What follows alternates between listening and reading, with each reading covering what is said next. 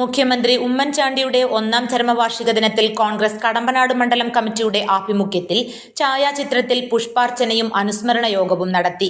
മണ്ഡലം പ്രസിഡന്റ് റെജി മാമന്റെ അധ്യക്ഷതയിൽ DCC general secretary Bijili Joseph ഉദ്ഘാടനം ചെയ്തു. DCC executive member MR Jayaprasad മുഖ്യപ്രഭാഷണം നടത്തി. Joseph Thomas, Shibu Baby, Vimala Madhu, T Prasannakumar, Sheeja Muraleedharan, N Balakrishnan, Dileep Kadampanad, MR Jayakumar, Jeril Jacob തുടങ്ങിയവർ സംസാരിച്ചു. News bureau, Adoor.